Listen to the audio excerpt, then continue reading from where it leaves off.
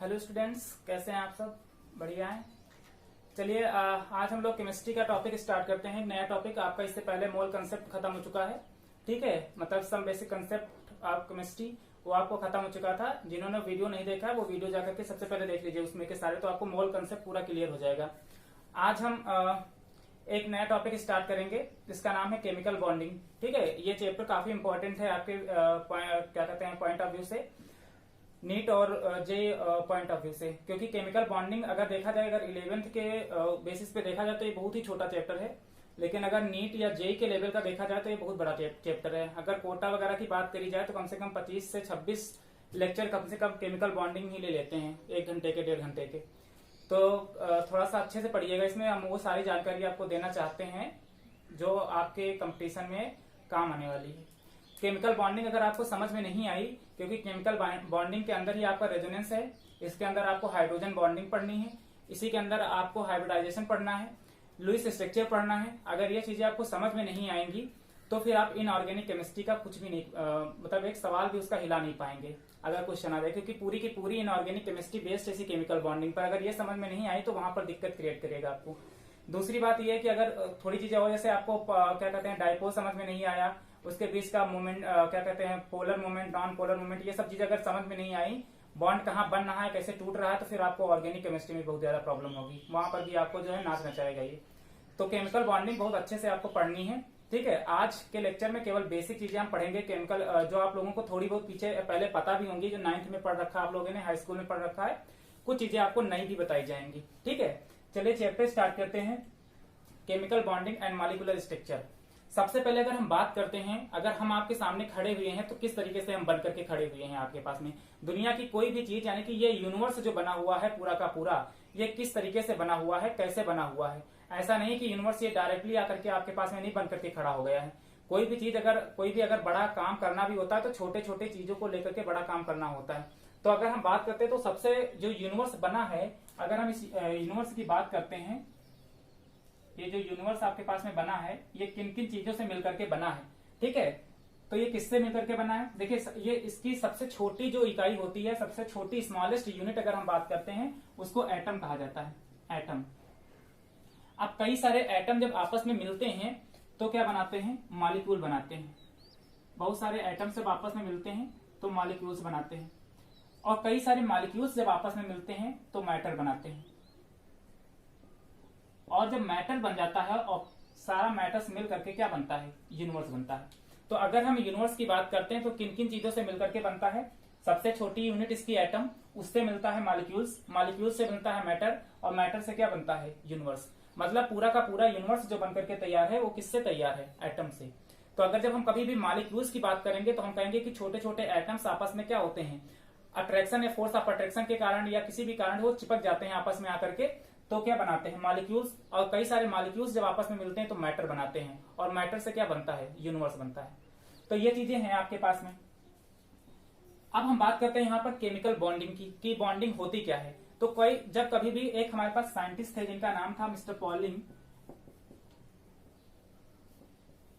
इन्होंने chemical bonding की definition दी है। सबसे पहले इन्होंने ऑब्जर्व किया, पॉलिंग ने क्या देखा? पॉलिंग ने ये कहा कि जब कोई दो एटम आपस में आकर के मिलते हैं, ठीक है, अगर कोई दो एटम आपस में आकर के मिलते हैं तो उनके बीच में एक फोर्स ऑफ अट्रैक्शन लगता है। मतलब एक फोर्स ऑफ अट्रैक्शन के कारण दोनों एक दूसरे से क्या होते हैं? बंधे रहते हैं। उनके अंदर एक क्षमता हो जाती है, बॉन्डिंग फोर्स जिसे कहा जाता है, जिसको बॉन्डिंग फोर्स कहा जाता है, जिसके कारण वो आपस में क्या कहते हैं? चिपके रहते हैं। ठीक है, इनकी जो स्टैंडर्ड डेफिनेशन आपकी स्क्रीन पे नजर आ रही है, ठीक है, देख लीजिएगा। इसका मतलब यही है कि समझ लीजिएगा कि दो एटम आपस में जब आकर के मिलते हैं तो उसका मिलने का मतलब यह है कि उनके बीच में एक बॉन्डिंग फोर्स है, जिसके कारण वो आपस में आकर के क्या होते हैं? जुड़ जाते हैं। ठीक है, और वही जुड़ करके, मतलब कई सारे आपस में आए, जुड़े, कई सारे एटम जुड़े, कई सारे एटम जुड़े तो एक एग्रीगेट बना लेते हैं। एग्रीगेट बनाने का मतलब है एक बहुत बड़ी चीज बना देते हैं। तो कई सारे एटम मिल करके एक बहुत बड़ी चीज बना देते हैं, एक बहुत बड़ा ऑब्जेक्ट बना देते हैं। तो कोई भी अगर ऑब्जेक्ट है आपके पास में रखा है, जैसे ये मार्कर की भी अगर हम बात करते हैं तो ये भी छोटे छोटे एटम से मिलकर के ही बना हुआ है। ठीक है, तो कई सारे एटम जब आपस में बॉन्डिंग किए तो ये कितना बड़ा सा ऑब्जेक्ट बना करके तैयार कर लिए। ठीक है, तो ये समझ में आया, ये पॉलिंग की डिफिनीशन है। अब अगर इसको हम सिंपल लैंग्वेज में कहते हैं तो जब कभी भी दो एटम आपस में आकर के फोर्स ऑफ अट्रैक्शन के कारण अट्रैक्ट हो जाते हैं, जब कोई दो एटम जिस फोर्स ऑफ अट्रैक्शन से आपस में आकर के जुड़े होते हैं, अटैच होते हैं, इसको बॉन्ड कहा जाता है, इसी को बॉन्ड कहा जाता है। अब ये बॉन्ड कैसे बनते हैं, कोई किसी के साथ में बॉन्ड क्यों बनाता है, तो उसको भी समझ लेते हैं। तो उसके लिए एक वर्ड आप लोगों ने पढ़ा होगा, वैलेंसी। ठीक है, उस वैलेंसी के बारे में जानकारी ले लेते हैं कि वैलेंसी क्या होती है, तब आपको ये केमिकल बॉन्डिंग समझ में आएगी। आज बेसिक चीजें हैं, धीरे धीरे करके समझिएगा तो हर एक चीज आपको समझ में आ जाएगी। वैलेंसी की बात कर लेते हैं कि वैलेंसी क्या होती है, इसको समझते हैं। वैलेंसी क्या है? देखिए, पहला टर्म आपके पास में वैलेंसी नहीं था, इसको एक साइंटिस्ट थे जिनको फ्रैंक लैंड कहा जाता है, मिस्टर फ्रैंक लैंड, इन्होंने वैलेंसी नाम सबसे पहले इंट्रोड्यूस किया। ठीक है, ये एक साइंटिस्ट थे, इनका नाम फ्रैंक लैंड था, इन्होंने वैलेंसी नाम सबसे पहले इंट्रोड्यूस किया। इन्होंने कहा कि जो वैलेंसी है, ये वैलेंसी हमारे पास लैटिन वर्ड से लिया गया है। ये जो वर्ड है वो लैटिन वर्ड से लिया गया है, लैटिन वर्ड जिसका मतलब होता है वैलेंटिया, वैलेंटिया। ठीक है, लैटिन वर्ड वैलेंटिया से लिया गया है और इसका मतलब होता है पावर, या तो इसको पावर कह लीजिए या तो इसको कैपेसिटी कह लीजिए, क्षमता। ठीक है, तो जो वैलेंसी हमारे पास है ये लैटिन वर्ड वैलेंटिया से लिया गया है, जिसका मतलब पावर होता है या कैपेसिटी होती है। ठीक है, तो अब ये डिफिनीशन किसने दी वैलेंसी की? फ्रैंक लैंड ने। और फ्रैंक लैंड ने वैलेंसी की डिफिनीशन देते हुए ये कहा कि जब कोई दो एटम, मतलब कोई भी एटम, अगर एक एटम बन रहा है तो उसके अंदर कितने हाइड्रोजन एटम आकर के अटैच हुए हैं, एक पर्टिकुलर एटम के अंदर, एक पर्टिकुलर एटम के अंदर कितने hydrogen atom, number of hydrogen atom कितने आकर के इसके अंदर इंक्लूड हुए हैं, वही उसकी क्या कहलाती है? वैलेंसी कहलाती है। ठीक है, ये दूसरी बात अगर हम बात करते हैं तो ये तो हो गया इनके अकॉर्डिंग, इनकी डिफिनीशन हो गई फ्रैंक लैंड के। आपके स्क्रीन पे देखिए नजर आ रही होगी, उसमें लिखा है कि the valency of an element is that number of hydrogen atom which is combines with the atom of that element. मतलब एक एलिमेंट बनाने के लिए कितने number of hydrogen atom attach होते हैं, आकर के उसके साथ में जुड़ते हैं, वही उसकी क्या कहलाती है? वैलेंसी कहलाती है। ठीक है, अब इसमें देखिए क्या होता है कि अब बात कर लेते हैं वैलेंस इलेक्ट्रॉन की। अब बात कर लेते हैं वैलेंस इलेक्ट्रॉन क्या होते हैं। आप लोगों ने 9th में भी पढ़ा होगा वैलेंस इलेक्ट्रॉन क्या होते हैं, हाई स्कूल में भी पढ़ा है वैलेंस इलेक्ट्रॉन क्या होते हैं। थोड़ा सा इसमें और हम पढ़ते हैं कि वैलेंस इलेक्ट्रॉन क्या होते हैं। वैलेंस इलेक्ट्रॉन का मतलब ये होता है कि कोई न्यूक्लियस है और न्यूक्लियस की आप इसके चारों ओर अपने क्लास में कुछ इलेक्ट्रॉन्स होते हैं जो इसके अपने चारों इलेक्ट्रॉन अपने क्लास में क्या करते रहते हैं, घूमते रहते हैं, फ्री इलेक्ट्रॉन होते हैं, चक्कर लगाते रहते हैं। तो जो इसकी ये बाहर वाली क्लास होती है इसको आउटर मोस्ट क्लास कहा जाता है, आउटर मोस्ट क्लास। ठीक है, तो कहने का मतलब है किसी की वैलेंसी मतलब ये होता है कि वैलेंस इलेक्ट्रॉन का मतलब जितने किसी भी न्यूक्लियस के अंदर या कोई भी एटम अगर है तो उसके आउटर मोस्ट क्लास में, आउटर मोस्ट क्लास में कितने नंबर ऑफ इलेक्ट्रॉन हैं, वही उसके वैलेंस इलेक्ट्रॉन कहलाते हैं। जैसे हम सोडियम की बात करते हैं, सोडियम इसका 11 होता है हमारे पास एटॉमिक नंबर। कॉन्फिगरेशन करते हैं तो 1s2, 2s2, 2p6 और 3s1, तो 6, 7, 8, 9, 10, 11। आउटर मोस्ट क्लास में कितना है? एक इलेक्ट्रॉन। तो हम ये कह सकते हैं कि इसके आउटर मोस्ट क्लास में अगर एक इलेक्ट्रॉन है तो इसकी वैलेंसी कितनी हुई? 1। मतलब इसके वैलेंस इलेक्ट्रॉन कितने हैं? एक है। ठीक है, एक वैलेंस इलेक्ट्रॉन है। तो वैलेंस इलेक्ट्रॉन का मतलब आप समझ गए कि आउटर मोस्ट क्लास में जितने इलेक्ट्रॉन होते हैं वही उसके वैलेंस इलेक्ट्रॉन कहलाते हैं। अब ये देखिए वैलेंस इलेक्ट्रॉन दो तरीके के होते हैं, इसको समझते हैं कि ये दो तरीके के कौन कौन से होते हैं। आपने ये तो पढ़ा होगा वैलेंस इलेक्ट्रॉन। अब ये होते हैं दो तरीके के, एक होते हैं बॉन्डिंग, एक होते हैं बॉन्डिंग वैलेंस इलेक्ट्रॉन, दूसरा होता है नॉन बॉन्डिंग वैलेंस इलेक्ट्रॉन। अब बॉन्डिंग वैलेंस इलेक्ट्रॉन और नॉन बॉन्डिंग वैलेंस इलेक्ट्रॉन क्या होते हैं? बॉन्डिंग वैलेंस इलेक्ट्रॉन वे होते हैं जो पार्टिसिपेट करते हैं बॉन्डिंग में। ठीक है, which is participate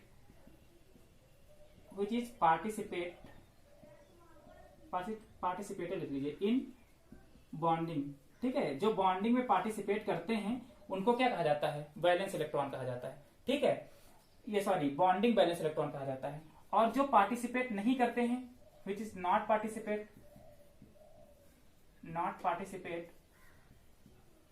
in bonding, उनको क्या कहा जाता है? नॉन बॉन्डिंग इलेक्ट्रॉन नहीं, नॉन बॉन्डिंग वैलेंस इलेक्ट्रॉन। ठीक है, तो बॉन्डिंग वैलेंस इलेक्ट्रॉन क्या हो गए? जो पार्टिसिपेट करते हो बॉन्डिंग बनाने में उनको क्या कहा जाता है, बॉन्डिंग बैलेंस इलेक्ट्रॉन। और जो नहीं करते हैं पार्टिसिपेट उनको क्या कहा जाता है, नॉन बॉन्डिंग बैलेंस इलेक्ट्रॉन। इनको एक और नाम से जानते हैं लोन पेयर, इन्हीं को लोन पेयर कहा जाता है। ठीक है, जैसे होता है ना कि कोई बात सिलिकॉन है, इसकी आउटर मोस्ट क्लास में इस तरह 4 इलेक्ट्रॉन है, तो कुछ जो होंगे वो जो बॉन्डिंग बना लेंगे, जो बॉन्डिंग बना रहे हैं किसी दूसरे के साथ में, वो तो हो गए बॉन्डिंग बैलेंस इलेक्ट्रॉन। और जो बच जाते हैं उन्हीं को क्या कहा जाता है, लोन पेयर, जो किसी के साथ में बॉन्डिंग ना करें। ठीक है, उनको कहा जाता है लोन पेयर। तो इसको लिख लीजिएगा कि बैलेंस इलेक्ट्रॉन 2 तरीके के, एक बॉन्डिंग, दूसरे लोन पेयर। ये सॉरी लोन पेयर, इसको नॉन बॉन्डिंग बैलेंस इलेक्ट्रॉन भी कह सकते हैं। इसको ले लीजिए स्क्रीनशॉट या तो लिख लीजिए। अब हम बात करते हैं कि केमिकल बॉन्डिंग होती क्यों है। ठीक है, इसकी बात कर लेते हैं कि केमिकल बॉन्डिंग होती क्यों है। तो केमिकल बॉन्डिंग होती क्यों है, इसको समझने से पहले एक चीज समझ लेते हैं कि कोई भी अगर केमिकल बॉन्डिंग करता है, कोई भी अगर एटम आपस में केमिकल बॉन्डिंग करने चाहते हैं तो वो स्टेबल होना चाहता है। स्टेबल होना चाहता है, इस वजह से वो केमिकल बॉन्डिंग बनाता है। अब स्टेबल होने के लिए क्या होना चाहिए, जैसे सपोज दैट आपके पास में एक सोडियम है, सोडियम और क्लोरीन मतलब Na+Cl- और आपस में मिलकर के क्या बनता है, ये NaCl बनता है। तो ए भी गैसियस फॉर्म में होता है, ए भी गैसियस फॉर्म में होता है। तो ये गैसियस फॉर्म में और बनता क्या है, ये आपके पास में NaCl सॉलिड फॉर्म में बन जाता है। तो ये एक स्टेबल हो गया। अब ये यहाँ पर ये स्टेबल नहीं थे, लेकिन अब यहाँ पर क्या हो चुका है, स्टेबल हो चुका है। अगर कोई भी चीज अगर स्टेबल होती है तो उसकी एनर्जी कम हो जाती है। एक चीज ध्यान रखिएगा हमेशा कि जब कोई भी चीज आपस में मिलती है, यानी कि कटायन एनायन, कोई भी 2 एटम आपस में या मॉलिक्यूल आपस में मिलते हैं, तो जो नया एटम बनता है, यानी जो कंपाउंड या प्रोडक्ट बनकर के तैयार होता है, वो स्टेबल होता है। और जब कोई चीज इसके अंदर जब स्टेबिलिटी आती है तो इसका मतलब उसकी एनर्जी कम हो जाती है। और कौन सी एनर्जी कम हो जाती है, पोटेंशियल एनर्जी कम हो जाती है। ठीक है, जिसकी पोटेंशियल एनर्जी जितनी कम होगी वो उतना ही ज्यादा क्या होगा, स्टेबल होगा। इसके लिए एक सिंपल सा एग्जांपल समझ लीजिएगा। जैसे कोई आदमी है, मान लेते एक बॉल है, इस बॉल को यहाँ पर रखा है हमने ग्राउंड पर, और एक बॉल को थोड़ा ऊपर रखा है, ऊपर मतलब उठा करके फेंक दिया है। तो पोटेंशियल एनर्जी किसकी ज्यादा होगी, स्टेबल कौन है, रुका कौन रहेगा, ग्राउंड पे, क्योंकि इसकी हाइट है नहीं, हाइट 0 है। और पोटेंशियल एनर्जी का फॉर्मूला पता है कि क्या होता है, mgh होता है। तो यहाँ पर पोटेंशियल एनर्जी कितनी है, 0। और यहाँ पर पोटेंशियल एनर्जी अगर इसकी हाइट h है तो यहाँ पर पोटेंशियल एनर्जी कितनी हो जाएगी, mgh हो जाएगी। ठीक है, एक और एग्जांपल समझते हैं। जैसे एक रिंग है, एक बॉल अगर यहाँ पर रखें, दूसरी रिंग है, एक बॉल अंदर रख देते हैं, इसके कौन ज्यादा स्टेबल रहेगा, देखिए इसके गिरने के चांसेस ज्यादा रहेंगे, जबकि ये क्या रहेगा, अपनी जगह पर स्टेबल रहेगा। इसका मतलब ये है कि इसकी पोटेंशियल एनर्जी क्या थी, 0। जो ग्राउंड पे है, जिसकी हाइट जितनी कम होगी उसकी पोटेंशियल एनर्जी उतनी ही कम होगी, और जिसकी पोटेंशियल एनर्जी जितनी कम होगी उसकी स्टेबिलिटी उतनी ही क्या होगी, ज्यादा होगी। तो एक ध्यान रखिएगा, जब कोई प्रोडक्ट बनता है और वो स्टेबल होना चाहता है तो उसकी पोटेंशियल एनर्जी क्या होनी चाहिए, मिनिमम होनी चाहिए। ठीक है, अब इसको जब पोटेंशियल एनर्जी की बात कर रहे हैं तो पोटेंशियल एनर्जी के बीच में, और देखिए एक चीज और समझ लीजिएगा कि जैसे मान लेते कोई एक एटम हमारे पास है, इसको भी हम समझ लेते हैं पहले, और एक 2 एटम है, एक एटम ए है, दूसरे एटम को बी मान लेते हैं। तो आपको पता है कि इसके अंदर न्यूक्लियस होगा, इसका अपना न्यूक्लियस होगा और इसका अपना न्यूक्लियस होगा। इसके भी आउटर मोस्ट क्लास में कुछ इलेक्ट्रॉन घूम रहे होंगे, ठीक है, इसके भी आउटर मोस्ट क्लास में कुछ इलेक्ट्रॉन होंगे, ठीक है, इसके आउटर मोस्ट क्लास में भी इलेक्ट्रॉन होंगे। तो होगा क्या, एक तो इलेक्ट्रॉन है और इसके पास न्यूक्लियस, तो ये इसको फोर्स ऑफ अट्रैक्शन से खींच रहा होगा अपोजिट डायरेक्शन में। अब ये पॉजिटिव है, इसका भी न्यूक्लियस पॉजिटिव, तो ये इसको रिपल करना भी चाहेगा। उसके बावजूद भी अगर हम बात करते हैं कि इलेक्ट्रॉन इसको अट्रैक्ट कर रहा है और ये इसको रिपल करना चाहता है, उसके बावजूद भी ये आकर के अट्रैक्ट हो जाते हैं, इसका मतलब ये है कि जो रिपल्सिव फोर्स लगता है, जो रिपल्सिव फोर्स लगता है वो कम होता है। रिपल्सिव फोर्स हमेशा कम होता है किससे, अट्रैक्टिव फोर्स से। अट्रैक्टिव फोर्स से रिपल्सिव फोर्स क्या होता है, कम होता है। इसी वजह से कोई 2 एटम आपस में जाकर के क्या कर जाते हैं, चिपकना चाहते हैं, क्योंकि इलेक्ट्रॉन नेक्स्ट वाले एटम पर क्या करेगा, न्यूक्लियस पर फोर्स ऑफ अट्रैक्शन लगाएगा, लेकिन सेम जो न्यूक्लियस होंगे वो एक दूसरे पर रिपल करेंगे।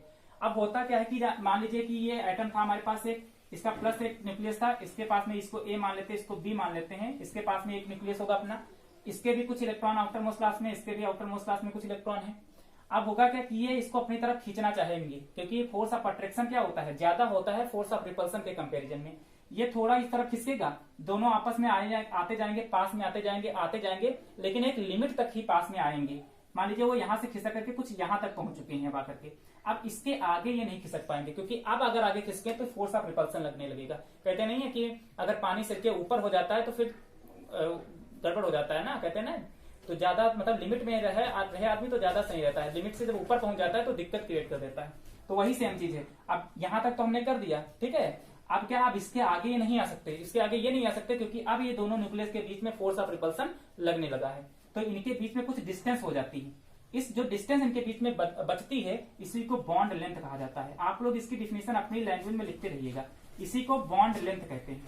ठीक है, अभी आगे आकर के आपको डाइपोल पढ़ाएंगे, लेकिन अभी आप यहाँ पर समझिए कि इसको बॉन्ड लेंथ कहा जाता है। मतलब किन्हीं दो एटम के बीच की जो डिस्टेंस होती है वही उसकी बॉन्ड लेंथ कहलाती है। हम इसको R0 से दिखाएंगे। ठीक है, बॉन्ड लेंथ को अब हम जरा समझते हैं। जरा अब बॉन्ड लेंथ के बीच में और पोटेंशियल एनर्जी के बीच में एक ग्राफ देख लेते हैं। ठीक है, कि पोटेंशियल एनर्जी के बीच में और बॉन्ड लेंथ के बीच में क्या होता है, क्योंकि इसकी पोटेंशियल एनर्जी हमने क्या बताया कि इसकी पोटेंशियल एनर्जी जितनी कम होगी उसकी बॉन्ड स्ट्रेंथ, मतलब उनके बीच की स्टेबिलिटी उतनी ही क्या होगी, मजबूत होगी। अब अगर हम बात कर लेते हैं जरा, क्योंकि अगर देखिए, अगर इसके बाद आप काम करना चाहेंगे, अगर इसके बाद आप इसको पास में लाने की कोशिश करेंगे तो फिर वहां पर रिपल्सिव फोर्स ज्यादा लगने लगेगा, और अगर रिपल्सिव फोर्स लगेगा मतलब आप पास में ला रहे हैं तो फोर्स ऑफ रिपल्सन ज्यादा लगेगा। अगर फोर्स ऑफ रिपल्सन ज्यादा लगेगा तो फिर पोटेंशियल एनर्जी बढ़ जाएगी, और पोटेंशियल एनर्जी बढ़ जाएगी तो स्टेबिलिटी कम हो जाएगी। अब हम बात कर लेते हैं जरा एक ग्राफ की। दोनों के बीच में एक ग्राफ है, ये आपका किताब में बना हुआ है। ठीक है, पोटेंशियल एनर्जी के बीच में ऊपर पोटेंशियल एनर्जी को दिखा रहे हैं हम, और इस तरफ हम आर का मतलब वही आपके पास में समझ लीजिएगा दोनों के बीच की डिस्टेंस है। ये ग्राफ कुछ इस तरीके से इसमें बना है किताब में, देखिएगा ऐसे करके। ठीक है, ये बना है। तो देखिए ऊपर की तरफ पोटेंशियल एनर्जी आपके पास में क्या होगी, पॉजिटिव, नीचे की तरफ नेगेटिव। तो ये नेगेटिव पोटेंशियल एनर्जी, अगर यहां पर हम बात करते हैं इस जगह पर, यहां पर, तो ये पोटेंशियल एनर्जी जो यहाँ पर पोटेंशियल एनर्जी होगी, ये potential energy minimum potential energy होगी। ठीक है, मिनिमम पोटेंशियल एनर्जी, क्योंकि ये नेगेटिव में जा रही है ना, इस वजह से पोटेंशियल एनर्जी मिनिमम होगी, और यहाँ पर पोटेंशियल एनर्जी मैक्सिमम होगी। सबसे ज्यादा पोटेंशियल एनर्जी यहाँ पर होगी, क्योंकि आप पॉजिटिव में चले जा रहे हैं। अब होता क्या है, देखिए अब ये आर जो होती है, ये आर इनफाइनाइट मान के चलते हैं कि इनफाइनाइट। इनफाइनाइट का मतलब ये है कि दो एटम के बीच में, इनफाइनाइट का मतलब ये नहीं कि हमारे धरती से और सूरज के बीच की डिस्टेंस, वो इनफाइनाइट वाला सिस्टम नहीं। अगर एक एटम दूसरे एटम के बीच में कितनी डिस्टेंस होगी, मुश्किल से बहुत ज्यादा पता होगी तो सेंटीमीटर में, इससे ज्यादा नैनोमीटर में हो सकती है, इससे ज्यादा नहीं हो पाएगी। ठीक है, तो बहुत ही उसको हम इनफाइनाइट मान लेते हैं। किसी एटम के बीच में जैसे ना कि अगर जिसको कभी रुपया ना देखा उसको अगर 1000 की नोट मिल जाए तो उसके लिए तो इनफाइनाइट हो गया वो। ठीक है, वही सेम काम है कि अगर दो एटम के बीच की डिस्टेंस की बात करते हैं तो इतने छोटे होते हैं तो उनके बीच की डिस्टेंस को इनफाइनाइट ही मान लीजिए। ठीक है, तो वही हमारे पास इनफाइनाइट। अब देखिए क्या है कि जब धीरे धीरे आप आर घटाते जाएंगे, अगर आर आप घटा रहे हैं तो देखिए पोटेंशियल एनर्जी धीरे धीरे डिक्रीज कर रही है। जितना आप आर घटाते जाएंगे पोटेंशियल एनर्जी उतना ही क्या होती जाएगी, डिक्रीज होती जाएगी, डिक्रीज होती जाएगी। अब यहां तक पोटेंशियल एनर्जी सबसे ज्यादा डिक्रीज हो पाएगी। यहां पर पोटेंशियल एनर्जी सबसे डिक्रीज हो, जब आर आपने इतना खिसका कर यहां पर कर दिया, ये वाला आर, इसको R0 कहते हैं, इसी को बॉन्ड लेंथ कहा जाता है। ठीक है, अब यहां तक कि आपने इसको क्या कर लिया, R0 जब इतना कर लिया हमने तो पोटेंशियल एनर्जी देखो इतना नीचे चली गई, मतलब इतना मिनिमम हो गई है। अब अगर इसके बाद आपने R0 को खिसकाने की कोशिश की तो फिर ये पोटेंशियल एनर्जी फिर से धीरे धीरे क्या होने लगेगी, बढ़ने लगेगी। क्योंकि अब इसके बाद, अभी तक तो फोर्स ऑफ अट्रैक्शन लग रहा था, अब इसके बाद अगर आप कोशिश करेंगे बढ़ाने की तो फिर रिपल्सिव फोर्स बढ़ने लगेगा और पोटेंशियल एनर्जी क्या हो जाएगी, इंक्रीज कर जाएगी, और यहाँ पर इसकी स्टेबिलिटी कम हो जाएगी जो एटम हमारे पास ऐड हुए थे। तो ये हमारे पास जहां पर पोटेंशियल एनर्जी सबसे मिनिमम होती है, जहां तक फोर्स ऑफ अट्रैक्शन लग सकता है, वही हमारे पास उसकी क्या कहलाती है, बॉन्ड लेंथ कहलाती है। यहाँ पर इसकी स्टेबिलिटी सबसे ज्यादा होगी। अगर आप इसके बाद इसको बढ़ाएंगे तो इसका फोर्स ऑफ रिपल्सन क्या होता जाएगा, बढ़ता चला जाएगा। आए समझ में, ये ग्राफ बना लीजिएगा इन दोनों के बीच में, ये पोटेंशियल एनर्जी वर्सेस ये आर, मतलब दो एटम के बीच के डिस्टेंस के बीच का ग्राफ है। ठीक है, इसको बना लीजिएगा, इसी को कहा जाता है, ये दोनों के बीच का ग्राफ है। अभी आप आगे जाएंगे तो आपको एनर्जी लेवल डायग्राम भी पढ़ाए जाएंगे, तो वहां पर भी पहुंचेंगे बाद में, पहले इसको समझ लेते हैं। ठीक है, अब हम बात आपसे ये कर रहे थे कि केमिकल बॉन्डिंग होती क्यों है। ठीक है, तो अभी हमने बता दिया कि कोई भी अपना स्टेबिलिटी मजबूत करने के लिए केमिकल बॉन्डिंग करता है। अब स्टेबिलिटी किसी की कैसे मजबूत होगी, अब कोई एटम जैसे हमारे पास है, किसी के आउटर मोस्ट क्लास में मान लीजिए क्या है, कोई अपने आउटर मोस्ट क्लास में या तो डुप्लेट कंप्लीट कर ले। डुप्लेट कंप्लीट करने का मतलब यह है कि आउटर मोस्ट क्लास में या तो 2 इलेक्ट्रॉन कंप्लीट कर ले अपने, ठीक है, या तो आउटर मोस्ट क्लास में ऑक्टेट कंप्लीट कर ले, मतलब 8 इलेक्ट्रॉन कंप्लीट कर ले, तो उसकी स्टेबिलिटी कंप्लीट हो जाती है। जैसे कहने का मतलब ये है कि जैसे सोडियम ही था, अभी सोडियम की हमने बात करी थी, इसका 11 कॉन्फिगरेशन होता है, सॉरी एटॉमिक नंबर होता है, कॉन्फिगरेशन करते हैं तो 1s2 2s2 2p6 3s1 ये कॉन्फिगरेशन होता है। मतलब इसके आउटर मोस्ट क्लास में कितना इलेक्ट्रॉन, 1 इलेक्ट्रॉन होता है। अब क्या है कि ये अपने आउटर मोस्ट क्लास में 8 इलेक्ट्रॉन पूरा करने के लिए या तो किसी से 7 इलेक्ट्रॉन क्या करे, एक्सेप्ट कर ले, या तो अपना 1 इलेक्ट्रॉन क्या कर दे, डोनेट कर दे। ठीक है, कह रहे थे ये कि या तो यहाँ पर एक ये 7 इलेक्ट्रॉन या तो किसी से एक्सेप्ट कर ले या तो एक इलेक्ट्रॉन अपना क्या कर दे, किसी को डोनेट कर दे। तो हमने क्या कहा कि एनर्जी मिनिमम होनी चाहिए। तो एक इलेक्ट्रॉन देने में मिनिमम एनर्जी, जैसे आपके पास में 7 रुपए थे तो 1 रुपया किसी से लेने में कम एनर्जी होगी कि 7 रुपया किसी को देने में ज्यादा तकलीफ होगी। तो कहने का मतलब 1 रुपया अगर किसी से ले लेते हैं तो 8 रुपये हमारे पास हो जाएंगे। तो या तो ये 1 इलेक्ट्रॉन किसी को दे दे अपने, ठीक है, या तो किसी से क्या करे 7 इलेक्ट्रॉन ले ले। एनर्जी वेस्ट किस में कम होगी, 1 इलेक्ट्रॉन देने में। अगर ये अपना 1 इलेक्ट्रॉन इसको डोनेट कर देता है तो किसको डोनेट करेगा, क्लोरीन को। इसका 17 होता है, कॉन्फ़िगरेशन करते हैं तो लास्ट में इसका 287 हो जाता है, ठीक है। कॉन्फ़िगरेशन अभी आगे आपको बताएंगे कैसे होता है। तो इसके पास में आउटर मोस्ट क्लास में अगर इसने 1 इलेक्ट्रॉन इसको दे दिया तो इसके आउटर मोस्ट क्लास में भी 8 पूरे हो गए और 6 2 8 इसके भी आउटर मोस्ट क्लास में 8 इलेक्ट्रॉन पूरे हो गए। तो दोनों क्या हो गए, स्टेबल हो गए ऐसी कंडीशन में, ठीक है। और दोनों NaCl मिलकर के क्या बना लिए, साल्ट बना लिए NaCl। तो इस तरीके से ऑक्टेट रूल होता है। आपके पास में डुप्लीट रूल है, इसका नाम भी पहले आप लोगों ने सुना होगा, सिंपल था, ठीक है। इसमें ज्यादा टाइम हम वेस्ट नहीं करते हैं, जो इंपॉर्टेंट चीज है उसी में टाइम वेस्ट करेंगे। तो ये आपके पास में, तो कोई केमिकल बॉन्डिंग क्यों करता है, अपनी स्टेबिलिटी मजबूत करने के लिए। स्टेबिलिटी कैसे मजबूत होती है हमने इस ग्राफ से आपको बता दिया है, ठीक है। और यहाँ पर ये बताया कि किसी के आउटर मोस्ट क्लास में कितने इलेक्ट्रॉन डोनेट कर सकता है या एक्सेप्ट कर सकता है, जिसमें मिनिमम एनर्जी रिक्वायर्ड होगी वही काम यहाँ पर होगा। इलेक्ट्रॉन एक्सेप्ट करेगा या तो इलेक्ट्रॉन डोनेट करेगा, ठीक है। चलिए इसको देख लिया, ये हो गया। अब कुछ चीजें और समझ लेते हैं इसको हम। अब हम बात करते हैं जरा कि टाइप्स ऑफ बॉन्ड, किस किस तरह के बॉन्ड होते हैं, ठीक है। इंपॉर्टेंट है, इसको समझिएगा। अभी हम केवल बेसिक चीज समझेंगे यहाँ पर कि बॉन्ड की सिंपल डेफिनेशन बनाएंगे, फिर इन्हीं बॉन्ड को आपको डिटेल में आगे जाकर के पढ़ना होगा, ठीक है। टाइप्स ऑफ बॉन्ड्स, इसको फ्लो चार्ट बनवा दे रहे हैं, उसी तरीके से बना लीजिएगा। 2 तरीके के बॉन्ड हमारे पास होती हैं। कोई एटम 2 तरीके से बॉन्डिंग करता है। एक को कहते हैं इंटर एटॉमिक बॉन्डिंग, दूसरा हमारे पास होता है इंटर मॉलिक्यूलर बॉन्डिंग।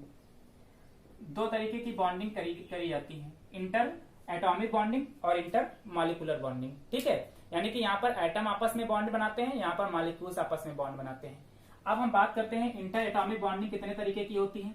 तो इसमें सबसे पहला आपके पास में जैसे हो गया आयनिक बॉन्डिंग हो गया, या इसको इलेक्ट्रोवैलेंट बॉन्ड कह सकते हैं, इलेक्ट्रोवैलेंट बॉन्ड,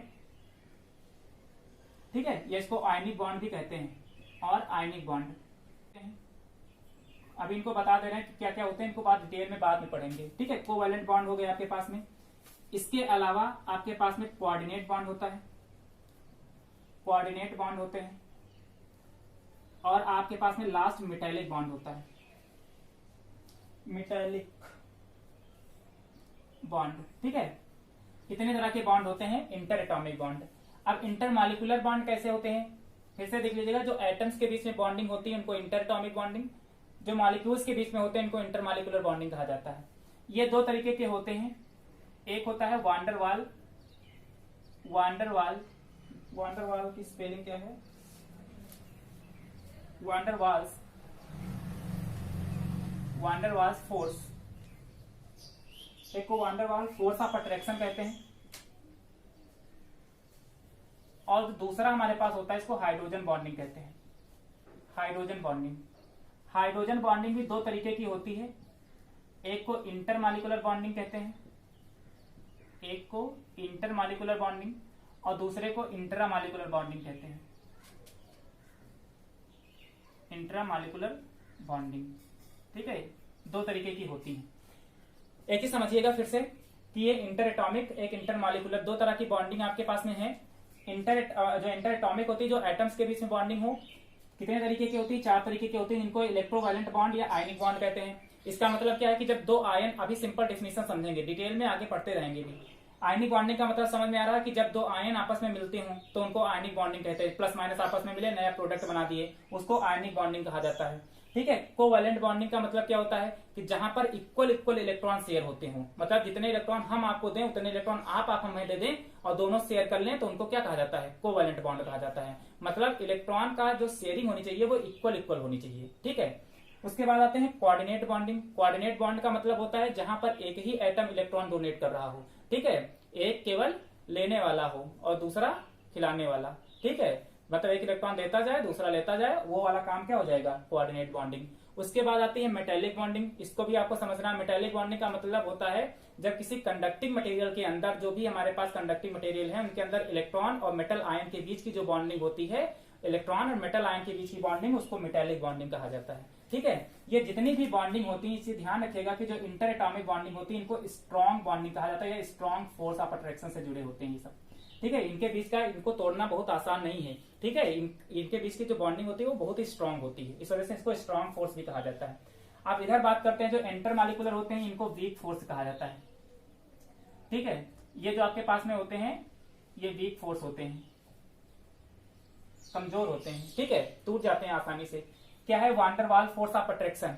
ठीक है, वांडर वाल फोर्स ऑफ अट्रैक्शन होता है मतलब दोनों के बीच की जो बॉन्डिंग हो वांडर वाल फोर्स ऑफ अट्रैक्शन से होती है, बहुत ही कम होता है। अभी आगे पढ़ेंगे कि वांडर वाल फोर्स ऑफ अट्रैक्शन क्या होता है, कि दो मॉलिक्यूल्स के बीच में जब बॉन्डिंग हो उसको क्या कहा जाएगा, वांडर वाल फोर्स ऑफ अट्रैक्शन से जुड़ते हैं और इनको आसानी से हम तोड़ सकते हैं। ठीक है, उसके बाद हाइड्रोजन बॉन्डिंग होती है, दो तरीके की होती है, एक इंटरमॉलिक्यूलर होती है, दूसरा इंट्रामॉलिक्यूलर बॉन्डिंग होती है। इंटरमॉलिक्यूलर का मतलब ये होता है कि जब कोई भी मॉलिक्यूल अपने ये इंटरमॉलिक्यूलर का मतलब होता है कि जब कोई बॉन्डिंग होती हो तो वो अपने से ना करके डिफरेंट मॉलिक्यूल से बॉन्डिंग करता हो। जैसे एक हम और हम किसी दूसरे डिफरेंट मॉलिक्यूल से अगर बॉन्डिंग करते हैं तो उनको क्या कहा जाएगा, इंटरमॉलिक्यूलर। अगर सेम एटम में बॉन्डिंग करें मतलब अपने आप में ही अगर वो बॉन्डिंग कर लेता है तो उसको क्या कहा जाएगा, इंट्रामॉलिक्यूलर। मतलब सेम मॉलिक्यूल के साथ में अगर बॉन्डिंग होती है तो इंट्रामॉलिक्यूलर बॉन्डिंग, अगर डिफरेंट टाइप से या डिफरेंट एटम मॉलिक्यूल्स के साथ एटम नहीं सॉरी डिफरेंट मॉलिक्यूल्स के साथ में अगर बॉन्डिंग होती है तो उसको इंटरमॉलिक्यूलर बॉन्डिंग कहा जाता है। ठीक है, इतना समझ में आ गया। इसको आप छोटी छोटी डिफिनेशन में अपनी लैंग्वेज में लिख लीजिएगा, इसको डिटेल में हम अभी आगे बताते हैं आपको। ठीक है, इसको स्क्रीनशॉट ले लीजिए और नोट डाउन कर लीजिएगा। चलिए इसके बाद अब समझते हैं बॉन्ड। हमने समझ लिया टाइप ऑफ बॉन्ड क्या कितने तरह के होते हैं। अब हम बात कर लेते हैं जरा लैटिस एनर्जी की। लैटिस एनर्जी इसको बहुत ही अच्छे से समझिएगा, ये और इसके बाद एक और टॉपिक है बहुत इंपॉर्टेंट है। लैटिस एनर्जी क्या होती है, सबसे पहले हम बात कर लेते हैं कि लैटिस क्या होता है।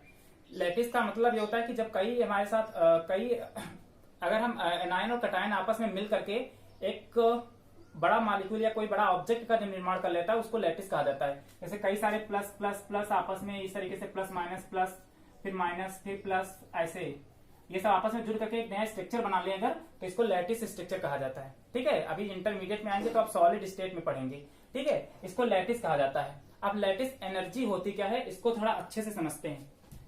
अब लैटिस एनर्जी क्या है इसको समझते हैं। जैसे हमारे पास यही Na है और ये गैसियस फॉर्म में और Na प्लस गैसियस फॉर्म में और Cl माइनस ये भी गैसियस फॉर्म में, अगर ये दोनों आपस में मिलते हैं तो एक स्टेबल कंपोनेंट NaCl बनाते हैं। अब आपको पता है फिर से अभी वही चीज हम एनर्जी पे फिर पहुंच रहे हैं कि एक Na प्लस गैसियस फॉर्म में, एक Cl माइनस गैसियस फॉर्म में, एक NaCl स्टेबल फॉर्म में और जो कि सॉलिड होता है इसको बनाते हैं। जब ये प्रोडक्ट बनता है हमारे पास तो ये स्टेबल होता है। स्टेबल होने का मतलब ये है कि ये एनर्जी कुछ रिलीज करता है। अगर कोई चीज स्टेबल होती है तो वो एनर्जी रिलीज करती है। एनर्जी क्या करेगी, रिलीज करेगी। अगर एनर्जी रिलीज कर रहा है इसका मतलब क्या है, एनर्जी रिलीज करने का मतलब है कि यहाँ से जो भी प्रोडक्ट बना है अपनी स्टेबिलिटी मजबूत करने के लिए ये कुछ एनर्जी क्या करती है, रिलीज करता है। उसी एनर्जी को क्या कहा जाता है, लैटिस एनर्जी कहा जाता है। तो अगर हम इसकी डिफिनेशन की बात करें तो ये कितने, देखो एक ग्राम ये हमारे क्या कहते हैं गैसियस फॉर्म में सोडियम, गैसियस फॉर्म में क्लोरीन आयन, एक आयन क्लोरीन का और एक सोडियम का मिलकर के 1 मोल NaCl बनाता है, 1 मोल NaCl बनाता है। तो डिफिनीशन की हम बात करेंगे लैटिस एनर्जी क्या होती है। तो लैटिस एनर्जी वह एनर्जी होती है जब गैसियस फॉर्म में एक कटायन और एक एनायन आपस में मिल करके 1 मोल एटम का निर्माण करता है, 1 मोल एटम का निर्माण करता है, उससे जो एनर्जी रिलीज होती है उसी को क्या कहा जाता है, लैटिस एनर्जी कहा जाता है। एक चीज का बहुत ध्यान से रखिएगा, जो हमने पहला वाला वर्ड बोला था गैसियस फॉर्म में, ठीक है, गैसियस फॉर्म में और कटायन और एनायन। गैसियस फॉर्म में जब कोई भी दो आयन एनायन या कटायन आपस में मिल करके एक नया मॉलिक्यूल बना लेते हैं, एटम बना लेते हैं, जो भी कह लीजिए NaCl 1 मोल, ठीक है, 1 मोल, उसी को क्या कहा जाता है, उससे जो एनर्जी रिलीज होती है उसी को लैटिस एनर्जी कहा जाता है। इसकी डिफिनेशन देखिए आपके उस पे स्क्रीन पर है, the energy release in the formation of an mole of an ionic compound from free gaseous ion is called an lattice energy. ठीक है, एक आयन का मतलब वही कटायन और एनायन आपस में मिलकर के 1 मोल कोई कंपाउंड बना लेते हैं, उसी को क्या कहा जाता है, लैटिस एनर्जी कहा जाता है। ठीक है, अब ये लैटिस एनर्जी कैलकुलेट कैसे करी जाए। तो अगर हम कोई लैटिस एनर्जी कैलकुलेशन की बात करते हैं कि भाई कितनी लैटिस एनर्जी कैलकुलेट हुई, कभी कभी देखा होगा कि रिएक्शन के लास्ट में लिखा रहता है +- 248 किलो कैलोरी, ऐसे करके लिखा रहता है। तो वो कितनी एनर्जी रिलीज हुई है इसको कैसे कैलकुलेट किया जाए। तो इसका कैलकुलेट करने का कोई डायरेक्ट मेथड नहीं है, मतलब लैटिस एनर्जी का कैलकुलेट करने का कोई डायरेक्ट मेथड नहीं है। ठीक है, तो इसको किसी इनडायरेक्ट मेथड से हम क्या करेंगे, सॉल्व करेंगे। तो इसको सॉल्व करने के लिए दो साइंटिस्ट थे, एक का नाम था बॉर्न और दूसरे का नाम था हैबर। ठीक है, दो नाम के साइंटिस्ट थे जिन्होंने एक थियरी दी है इसको कैलकुलेट करने की, जिसको बॉर्न हैबर थियरी कहा जाता है। ठीक है, इसको आपको पढ़ना है और इसको अगर डिटेल में कहते हैं तो बॉर्न हैबर साइकिल कहा जाता है। मोस्ट इंपॉर्टेंट है, उसको समझ लेते हैं आज ही। थोड़ा छोटा सा है, लैटिस एनर्जी आप लोग लिख लीजिएगा अपनी लैंग्वेज में। अगली पढ़ते हैं बॉर्न हैबर साइकिल। ये बॉर्न हैबर साइकिल क्या होती है इसको समझ लेते हैं। ठीक है, बॉर्न हैबर साइकिल से पहले हम एक बात और कर लेते हैं हीट ऑफ फॉर्मेशन की। इसमें हीट ऑफ फॉर्मेशन की बात करते हैं, हीट ऑफ फॉर्मेशन की। हीट ऑफ फॉर्मेशन क्या होता है, इसी को एंथैल्पी भी कहते हैं। एंथैल्पी भी हीट ही होती है, एंथैल्पी। ठीक है, एंथैल्पी भी कहते हैं, इसको डेल्टा एच से डिनोट किया जाता है। ठीक है, तो ये हमारे पास होता क्या, हीट ऑफ फॉर्मेशन क्या है। देखिए, हीट ऑफ फॉर्मेशन और लैटिस एनर्जी लगभग एक ही चीज होती है, लेकिन थोड़ा सा डिफरेंस होता है। उसमें हमने कहा था कि गैसियस फॉर्म में जब एक एनायन और कटायन आपस में मिलते हैं तो एक कंपाउंड बनाते हैं, 1 मोल कंपाउंड बनाते हैं स्टेबल फॉर्म में। यहां पर भी क्या होता है कि एक बनेगा कंपाउंड ही, लेकिन प्योर कंपाउंड आपस में मिलते हैं। ठीक है, कटायन एनायन की बात नहीं करेंगे। ठीक है, प्योर कंपाउंड आपस में जब मिलते हों और उसके कारण जब कोई नया कंपाउंड बनकर के तैयार हो, उसमें जो एनर्जी रिलीज होगी उसको एंथैल्पी कहेंगे। प्योर कंपाउंड का मतलब सोडियम प्लस क्लोरीन Cl2 और मिलकर के बना ले NaCl, 1/2 टाइम्स ऑफ Cl2। अब देखिए यहाँ पर क्लोरीन, देखिए सोडियम, यहाँ पर देखिए एनायन कटायन कुछ नहीं है, ये स्टेबल फॉर्म में है, मतलब प्योर फॉर्म में सोडियम है यहाँ पर। ठीक है, सॉलिड फॉर्म में, प्योर फॉर्म में सॉलिड। ठीक है, सोडियम है और 1/2 टाइम्स ऑफ Cl2। अब ये है काहे में, सॉलिड में है। ठीक है, और 1/2 मोल्स ऑफ क्लोरीन के साथ में रिएक्ट कर रहा है और बना क्या रहा है, NaCl। यहां से जो एनर्जी रिलीज होगी उसको एंथैल्पी कहा जाएगा। ठीक है, हीट ऑफ फॉर्मेशन, एंथैल्पी कह लीजिए या तो इसको हीट ऑफ फॉर्मेशन कहिए। समझ में आया बात।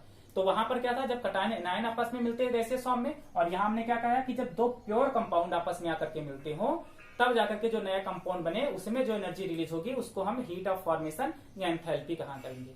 ठीक है, अब हमको इसको, अब ये हमारे पास एंथैल्पी थी ना, इसको हमको लैटिस एनर्जी के फॉर्म में क्या करना है, बदलना है। अब इसी से हमको लैटिस एनर्जी क्या करनी है, कैलकुलेट करनी है। तो एक साइकिल है जिसको बॉर्न हैबर साइकिल कहा जाता है, इसको हम समझेंगे। ठीक है, तो अब हम उसी साइकिल का समझते हैं। NaCl, ये गैसियस फॉर्म में और ये NaCl बनकर के तैयार हो गया। अब हमको वही NaCl अपना क्या करना है, बनाना है। तो लैटिस एनर्जी के फॉर्म में बनाना है, तो इसका मतलब हमको पहले तो इसको, क्योंकि सॉलिड फॉर्म में, पहले तो इसको गैसियस फॉर्म में कन्वर्ट करना पड़ेगा। और जब गैसियस फॉर्म में कन्वर्ट हो जाएगा ये, तब जाकर के हम, और गैसियस फॉर्म में कन्वर्ट करने से नहीं बनेगी, पहले तो इसको गैसियस फॉर्म में कन्वर्ट करेंगे, गैस के फॉर्म में कन्वर्ट करेंगे जो नहीं है, उसके बाद इसको कटायन और एनायन के फॉर्म में कन्वर्ट करेंगे, तब जाकर के ये बनकर के NaCl तैयार होगा। तो एक साइकिल बनकर के तैयार हो जाती है। कैसे, आप देखते हैं, जरा समझिएगा इसको। ये सोडियम हमारे पास है, ये सॉलिड फॉर्म में है और इसको गैस के फॉर्म में आपको क्या करना है, बदलना है।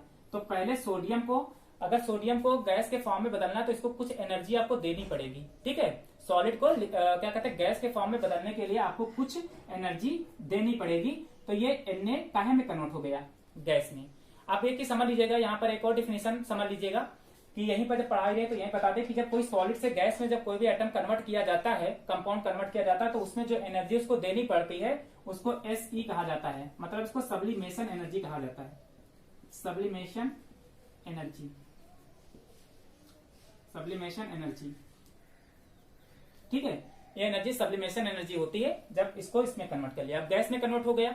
अब इसमें से हम एक इलेक्ट्रॉन, देखिए जब कभी भी इलेक्ट्रॉन निकलते हैं, यानी कहीं से जब इलेक्ट्रॉन हमको डोनेट करवाना होता है, ठीक है, तो कभी भी वो प्योर फॉर्म से, कभी प्योर फॉर्म से जो है वो इलेक्ट्रॉन डोनेट नहीं होते, हमेशा गैसियस फॉर्म में आकर के ही इलेक्ट्रॉन हम डोनेट करवा पाएंगे, या मतलब एक्सेप्ट कर सकते हैं इलेक्ट्रॉन को। अब अगर इसमें से हमको एक इलेक्ट्रॉन क्या करना है, निकालना है, तो हमको अब यहाँ से हमको क्या करना है, एक इलेक्ट्रॉन निकालना पड़ेगा। तो एक इलेक्ट्रॉन निकाल रहे हैं अगर हम यहाँ पर, तो इसको कुछ एनर्जी देनी पड़ेगी। जब इलेक्ट्रॉन निकलते हैं तो एनर्जी देनी पड़ती है, और जब इलेक्ट्रॉन देते हैं तो एनर्जी वहां से क्या होती है, सॉरी, जब इसको इलेक्ट्रॉन हम क्या करेंगे, यहाँ से एक इलेक्ट्रॉन निकालेंगे यहाँ से, तो एक इलेक्ट्रॉन निकालने का मतलब क्या है कि एक इलेक्ट्रॉन यहाँ से निकालेंगे तभी तो इसके प्लस चार्ज आ जाएगा हमारे पास। तो यहाँ पर एनर्जी क्या हो जाएगी, पॉजिटिव। ठीक है, उस समय पॉजिटिव एनर्जी हो जाएगी, एनर्जी ठीक है रिलीज हो रही है।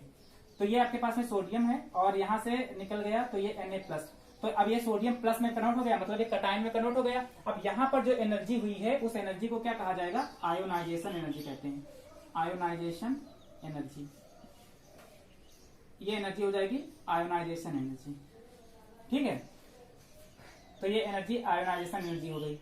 ठीक, अब हम बात करते हैं इधर क्लोरीन की। तो ये तो कन्वर्ट हो गया प्लस में, इसी तरह क्लोरीन को भी Cl- में क्या करना है? कन्वर्ट करना है। अब हमने 1 मोल कहा था, 1 मोल NaCl बनेगा, लेकिन यहाँ पर देखिए 1/2 टाइम्स ऑफ क्लोरीन है, हाफ क्लोरीन है।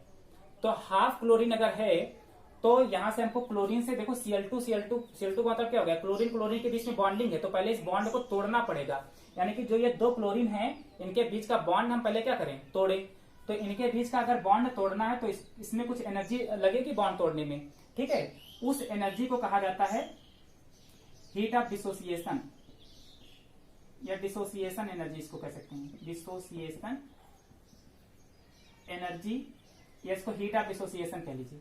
ठीक है, अब देखिए इसको HD से डिनोट करेंगे हीट ऑफ डिसोसिएशन को।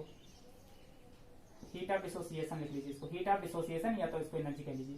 अब देखिए यहाँ पर 1/2 टाइम्स ऑफ Cl2 था, तो आधा मोल Cl2 है, तो इसको आधी ही मोल हमको क्या करनी पड़ेगी? डिसोसिएशन, हीट ऑफ डिसोसिएशन इसको देना पड़ेगा HD/2। तो ये काहे में कन्वर्ट हो जाएगा? Cl में कन्वर्ट हो जाएगा, क्लोरीन में कन्वर्ट हो जाएगा गैसियस फॉर्म में। अब हमको इसमें से 1 इलेक्ट्रॉन क्या करना है? इस पे माइनस चार्ज देना है ना, तो इसको 1 इलेक्ट्रॉन देना पड़ेगा। अगर 1 इलेक्ट्रॉन इसके अंदर दे रहे हैं तो कुछ एनर्जी बाहर की तरफ क्या करेगा? रिलीज करेगा। ठीक है, अगर कुछ एनर्जी बाहर की तरफ रिलीज करेगा तो ये Cl- हो जाएगा इसके पास में, और जो एनर्जी बाहर की तरफ रिलीज करता है उसको इलेक्ट्रॉन एफिनिटी कहा जाता है। इलेक्ट्रॉन एफिनिटी, अभी घबराना मत, इसको भी आगे समझाते हैं कि इलेक्ट्रॉन एफिनिटी वगैरह होता क्या है। ठीक है, अब ये Na+ हो गया और ये Cl- हो गया, और ये दोनों आपस में मिल करके क्या बना लेंगे? NaCl स्टेबल फॉर्म में बना लेंगे। ठीक है, तो इस पूरे साइकिल को, जो ये साइकिल पूरी दिखाई पड़ रही है आपके सामने, ठीक है, वो क्या कहलाती है हमारे पास? इसको कहते हैं हम बॉन्ड हाइबर साइकिल। यहाँ पर देखो जब Na प्योर फॉर्म में जब कन्वर्ट कर रहे थे तो ये ΔH एनर्जी क्या हो रही थी? रिलीज हो रही थी, इसको एंथैल्पी कहा जाता था। लेकिन यहाँ पर जो अब जो एनर्जी यहाँ पर होगी, जो NaCl आपस में मिलने के लिए जब मिलेंगे, वहां पर इस NaCl को बनाने में जो एनर्जी यूज होगी उसको लैटिस एनर्जी कहा जाएगा, लैटिस एनर्जी। ठीक है, तो ये चीज समझ में आई। तो पहले हमने क्या किया? सोडियम से इसको सोडियम गैसियस फॉर्म में कन्वर्ट किया, वहां पर एक एनर्जी थी जिसको सब्लिमेशन एनर्जी कहा गया। उसके बाद यहाँ से 1 इलेक्ट्रॉन हमने निकाला बाहर, वहां पर जो एनर्जी देनी पड़ी इसको आयोनाइजेशन एनर्जी कहा गया। अब यहाँ पर देखिए कि ये 1/2 टाइम्स ऑफ Cl2 है, HD/2, मतलब इसको कुछ हीट ऑफ डिसोसिएशन देना पड़ा क्योंकि ये क्लोरीन बॉन्ड बना रहा था आपस में, इसको तोड़ना था इस वजह से। उसके बाद इलेक्ट्रॉन एफिनिटी, ठीक है, यानी कि ये इलेक्ट्रॉन एफिनिटी मतलब एक क्लोरीन से 1 इलेक्ट्रॉन अगर इसको माइनस चार्ज लाना है तो यहाँ से अगर माइनस चार्ज इसको 1 इलेक्ट्रॉन देंगे तो यहाँ से कुछ इलेक्ट्रॉन एनर्जी बाहर रिलीज होगी, वहां पर इसको कहा जाता है इलेक्ट्रॉन एफिनिटी। उसके बाद जब दोनों आपस में कटायन एनायन मिल गए तो बनकर के क्या तैयार हो गया? NaCl बनकर तैयार हो गया, और ये हो गई लैटिस एनर्जी। ठीक है, अब मतलब ये होता है, अब ये कहने का मतलब ये था, तो अब ये कहने का मतलब है कि जैसे इसको कहीं डायरेक्ट अगर हम बना रहे हैं तो जो एनर्जी रिलीज हुई है ΔH, तो चाहे हम इसको डायरेक्ट बनाएं तो जितनी एनर्जी रिलीज हो, और ये पूरा प्रोसेस करने में जितना एनर्जी रिलीज हुई है, इन सबको अगर आपस में जोड़ें तो दोनों बराबर होने चाहिए। ठीक है, ऐसा कहा गया है। देखिए यहाँ पर एनर्जी रिलीज हुई थी, तो इस वजह से इसमें क्या करेंगे? नेगेटिव एनर्जी इसको रखेंगे, हम इसको माइनस कर देंगे। ठीक है, यहाँ पर तो अब क्या है? तो एक नाम थे, साइंटिस्ट नाम था जिनका नाम था हेस। तो एक हेस लॉ है जिसका यहाँ पर कोई लेना देना नहीं है। ठीक है, हेस लॉ, लेकिन यहाँ पर पढ़ेंगे क्योंकि उनका यूज यहाँ पर हो रहा है। आप थर्मोडायनेमिक्स से पढ़ाएंगे तो वहां पर हेस लॉ बताया जाएगा। हेस लॉ ये कहता है कि जब कोई कंपाउंड बनता हो, चाहे जिस तरीके से, हेस लॉ ये कहता है कि कुछ रिएक्शन एक स्टेप में कंप्लीट होती हैं, कुछ रिएक्शन 2 और मोर स्टेप में कंप्लीट होती हैं। ठीक है, एक से अधिक स्टेप में कंप्लीट होती हैं। तो चाहे एक स्टेप में जो रिएक्शन कंप्लीट होती हो, एक स्टेप में जितनी रिएक्शन कंप्लीट होने में जो एनर्जी रिलीज हो, ठीक है, वो बराबर होनी चाहिए जो 2 स्टेप में कंप्लीट हो। चाहे उसको 1 स्टेप में कंप्लीट कराइए, चाहे 2 स्टेप में कंप्लीट कराइए, एनर्जी दोनों तरफ से क्या होनी चाहिए? इक्वल होनी चाहिए। ठीक है, ये हेस ने कहा था। तो अगर हम बात करते हैं कि ये जो एंथैल्पी हमारे पास निकल करके आई है, ये एंथैल्पी बराबर होनी चाहिए किसके? इन सबके बराबर होनी चाहिए ना। तो इसका मतलब देखिए यहाँ पर बनी है कि सब्लिमेशन एनर्जी प्लस, उसके बाद ये आयोनाइजेशन एनर्जी IE, उसके बाद देखिए ये HD/2 यानी कि हीट ऑफ डिसोसिएशन HD/2, इसको प्लस में लिख लेते हैं। ये फिर इलेक्ट्रॉन एफिनिटी, इसको इसमें कन्वर्ट करेंगे, माइनस में रखेंगे इलेक्ट्रॉन एफिनिटी। ठीक है, और ये भी लैटिस एनर्जी भी क्या है? ये भी माइनस में होगी क्योंकि एनर्जी रिलीज होती है बाहर की तरफ, तभी तो जाकर के स्टेबल बनता है। जब एनर्जी रिलीज करेगा तभी तो स्टेबल कंपाउंड बनेगा। तो ये भी कहे में होगी, माइनस में होगी लैटिस एनर्जी। तो ये फॉर्मूला आपके पास में बनकर के तैयार हो जाएगा। अब इसी से क्वेश्चन आपके पास में बनेंगे। ये क्वेश्चन हेस लॉ के अकॉर्डिंग।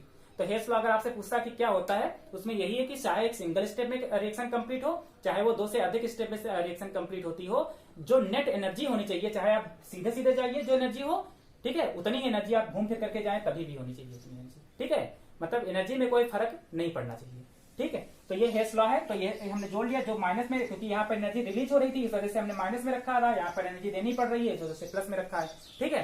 तो ये सबको जोड़ करके अब इसमें कोई एक चीज आपको दे रखी होगी सब चीज, और एक चीज मिसिंग होगी क्वेश्चन में, और वही आपको निकालना होगा। तो आया समझ में। तो ये था आपके पास में बॉन्ड हाइबर साइकिल, इसको कायदे से समझ लीजिएगा। तो आज के लेक्चर में हम इतना ही समझेंगे। नेक्स्ट आपका जो लेक्चर होगा उसमें कुछ चीजें और समझेंगे हम, ठीक है, इसी से रिलेटेड। अभी आज का केवल बेसिक चीज था, इसमें कुछ इंपॉर्टेंट चीजें थी जो आपको समझ में आ गई होंगी, ठीक है। अगर आपको कोई दिक्कत आती है तो आप हमारे व्हाट्सएप नंबर पे जो हम आपको देते हैं हमेशा 9792107671 पर आप कॉल करके मालूम कर सकते हैं, ठीक है।